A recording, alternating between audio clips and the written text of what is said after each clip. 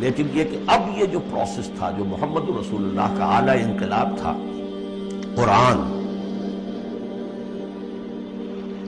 اب محمد تو جا رہے ہیں صلی اللہ علیہ وسلم، یہ پروسیس آگے کون جاری رکھے گا؟ نبی تو کوئی اور آ رہا نہیں۔ لہذا حضور نے کہا خطبہ حجۃ الوداع میں، قد ترکت فیکم ما ان تمسکتم بہ او اعتصمتم بہ لن تضلوا ابدا کتاب اللہ۔ میں چھوڑ کر جا رہا ہوں، یہ محمد کے قائم مقام ہے یہ قرآن، یہ عصائے موسیٰ سے 100 گنا بڑا معجزہ ہے۔ عصائے موسیٰ صرف موسیٰ کے ہاتھ میں تھا تو معجزہ تھا، بعد میں تو وہ لٹھیا کی لٹھیا ہے، اور کیا ہے، پڑا ہوگا کسی ٹرنک کے اندر، شاید ہو اب بھی، جیسے کہتے ہیں یہودی ہے لاٹھی ہے، اب وہ سانپ تو نہیں بنے گا کسی کے لیے۔ یہ معجزہ ہے جو ہر ایک کے ہاتھ میں آ سکتا ہے، بشرطے کہ اس کا حق پہچانے، اس کا حق ادا کرے، اس کی قدر و قیمت کو جانے۔ افبہذا الحدیث انتم مدہنون وتجعلون رزقکم انکم تکذبون، اس کے ساتھ تمہارا یہ معاملہ ہے، یہ مداہنت ہے۔ دنیا بھر کی زبانیں سیکھ لو، دنیا بھر کے علوم سیکھ لو، اتنی عربی نہیں کہ قرآن مجید کو براہ راست سمجھ سکو۔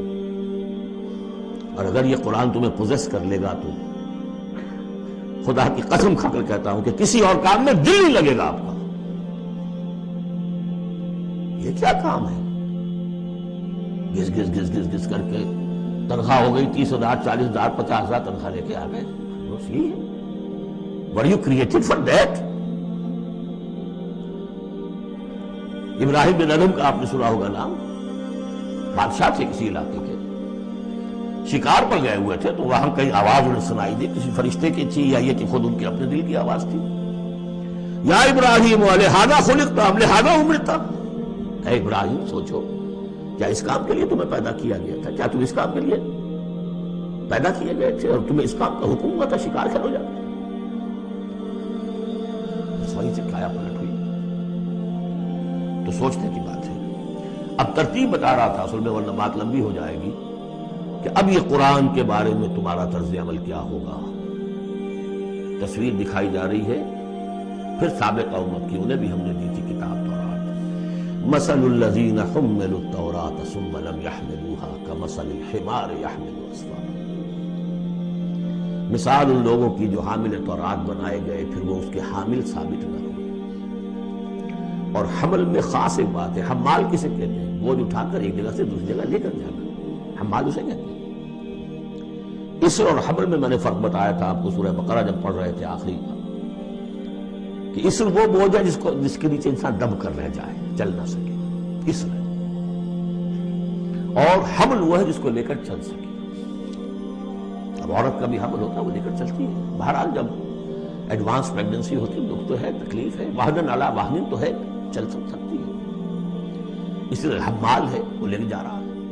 تو حمل التوراۃ، یہ اللہ تعالیٰ جس کو کتاب دیتا ہے، حامل بناتا ہے، اس کو ذمے سے پہنچاؤ۔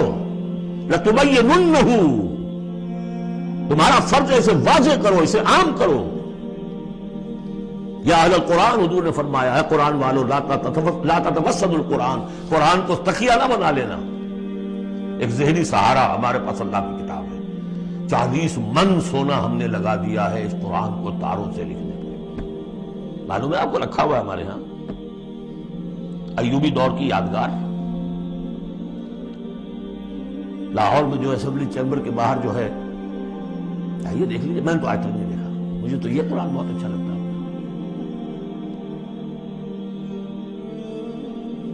جامع جم سے یہ میرا جامع صفات اچھا ہے، بشرطے کہ اس قرآن کے ساتھ آپ کا تعلق ہو ذہنی اور قلبی اور روحانی۔ بہرحال قرآن مجید کے حامل بنائے گئے تھے اس لیے کہ قوموں تک پہنچاؤ۔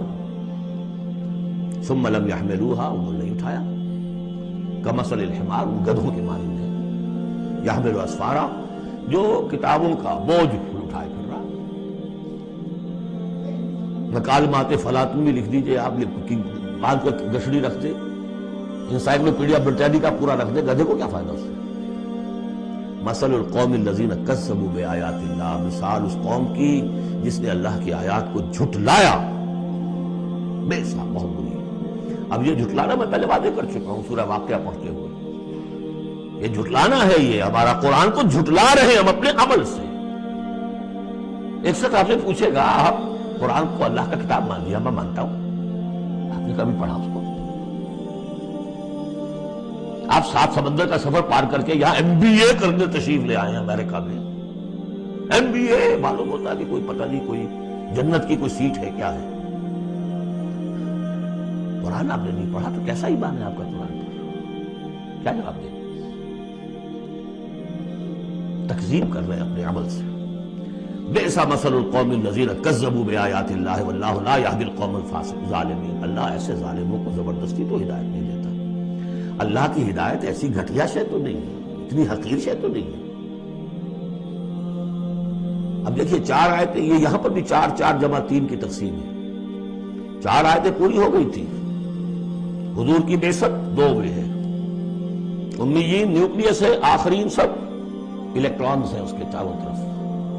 یہ ملٹی نیشنل امت ہے، ملٹی نیشنل فرمز تو آپ کو معلوم، ملٹی نیشنل، جبکہ سابق جو امت تھی بنی اسرائیل وہ یونی ریشیل، ایک نسل کی، یونی ریشیل یونی نیشنل، یہ multi racial multi national, Hindi بھی، فارسی بھی، ایرانی بھی، ترک بھی، چینی بھی۔ اب تو دنیا کا میں نہیں سمجھتا کہ کوئی قوم رہ گئی ہو، کوئی نسل رہ گئی ہو جس میں کچھ نہ کچھ مسلمان موجود ہوں۔